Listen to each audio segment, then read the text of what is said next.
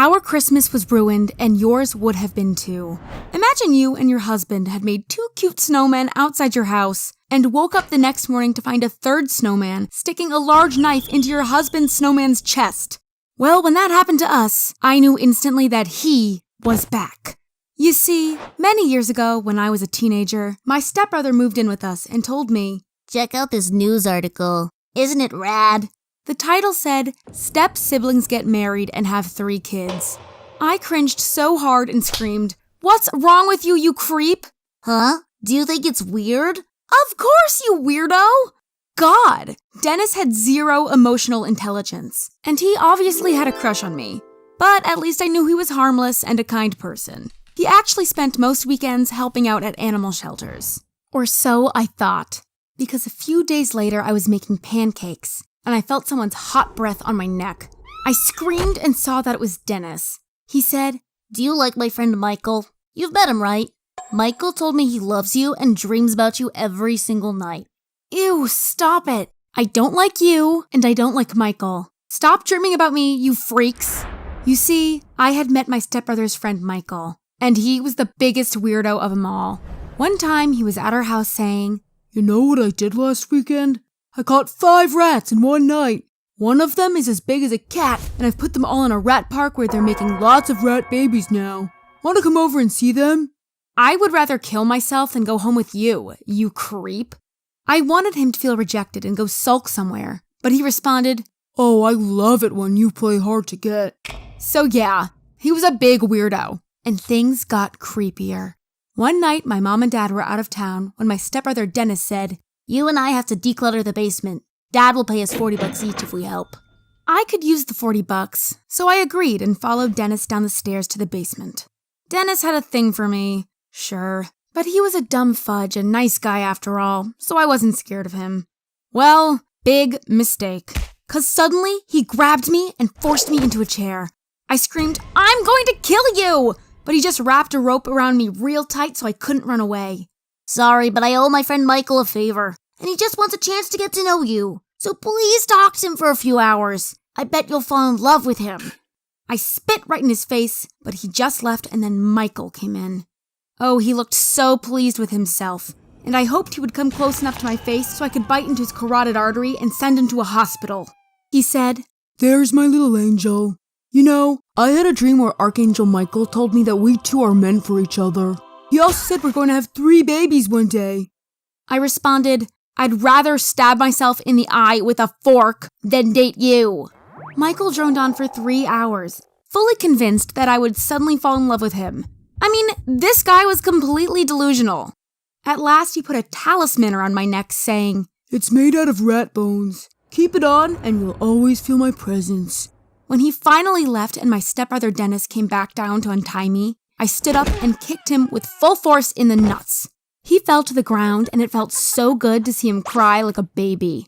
And the second my mom got back, I told her how I was tied up and forced on a date. She was upset and told Dennis that Michael was forbidden from ever entering our house again. I thought this would stop Michael and his craziness, but one day I received a cheesy love letter from him. On it was a drawing of me and him kissing, and there was also a strand of hair attached to it. My hair! Michael must have climbed in through my window at night and chopped bits of my hair off, like a stalker. I was petrified and decided to Google stalkers.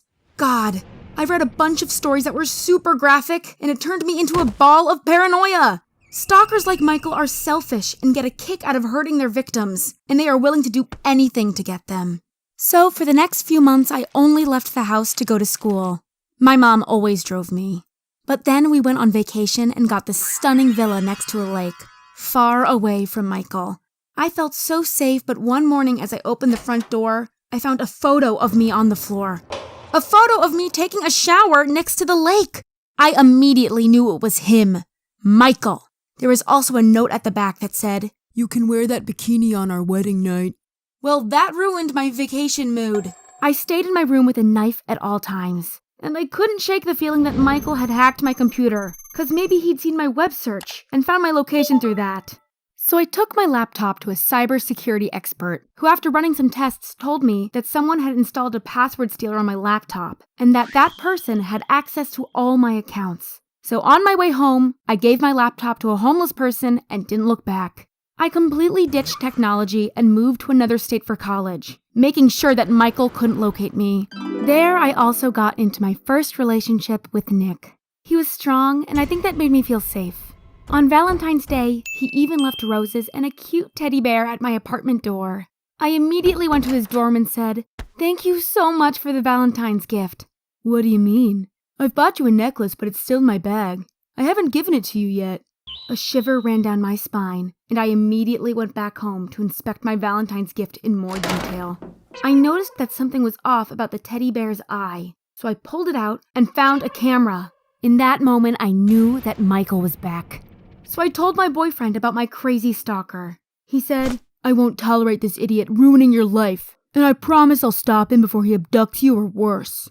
So Nick came up with a plan. First, I asked my stepbrother Dennis to give me Michael's number, and then I called Michael asking if he could come over. The creepy thing was that it only took him 5 minutes to get to my door.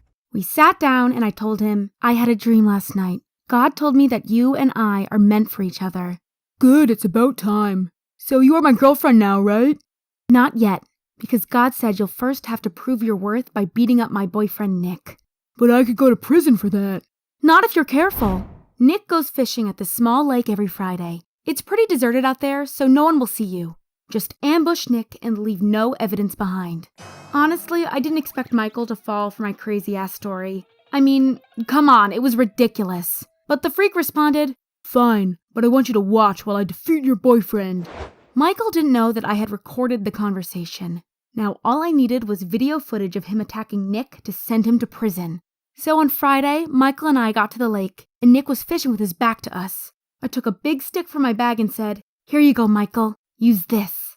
Michael was so pumped for victory, he took the big stick. And just when he was about 7 feet away from my boyfriend Nick, I pulled out my taser and zzz, Michael was on the ground, flapping like a fish out of water. Then we called the police and handed over all the audio and video evidence. 3 months later, Michael was sentenced to 6 years in prison for attempted assault with a deadly weapon. My boyfriend Nick saved me, and that's why I married him right after we graduated college. We moved into a small 2-bedroom house and even tried for a baby. Everything just seemed so perfect. But then, a day before Christmas, the doorbell rang. I opened the door, and it was my stepbrother Dennis. I said, "Merry Christmas. What are you doing here?" "Oh, I know what you did to Michael. You framed him and now he's in prison even though he would never hurt anyone." "Leave me alone, you freak." I tried to close the door, but Dennis put his foot in between. He said, "Michael hasn't forgotten you. You better go visit him in prison and apologize." I had enough and took my boyfriend's golf club and swung it right at him. He finally ran off, and I didn't tell my boyfriend about the incident because I didn't want to ruin his Christmas. You see, Nick and I had a Christmas Eve tradition. Every year we would build a snowman and snowwoman couple in our front yard, then got twigs to make it look like they were holding hands, and made smiley faces using Skittles and licorice. It was an expression of our love.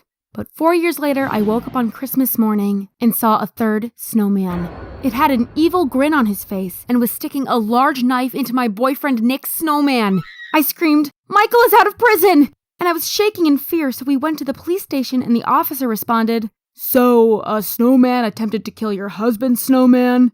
That doofus couldn't stop laughing and refused to help us. When we got home, Nick said, "I'll get rid of Michael once and for all. I have a degree in chemistry. I'll just poison Michael. That's child's play for me." So we put our plan in motion. I was the bait, and I'd go for a jog every afternoon to give Michael an opportunity to stalk and follow me.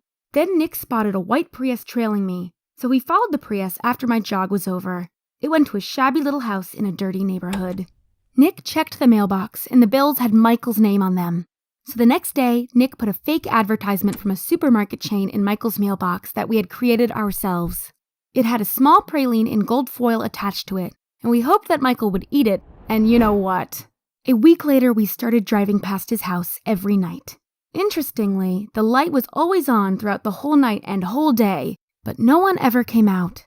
So one night, my boyfriend decided to go to the house and look through a window to see if Michael was there. When he came back, he said, "Michael is laying on the ground, not moving." So the poison had worked. We were quiet on the ride home, and I was so nervous. But then I said, "Screw it. No one will find out it was us. Let's go celebrate." We had a nice dinner with champagne and truffles. But to be honest, I was never able to shake off that slight nervousness I got from murdering Michael. It might stay with me forever.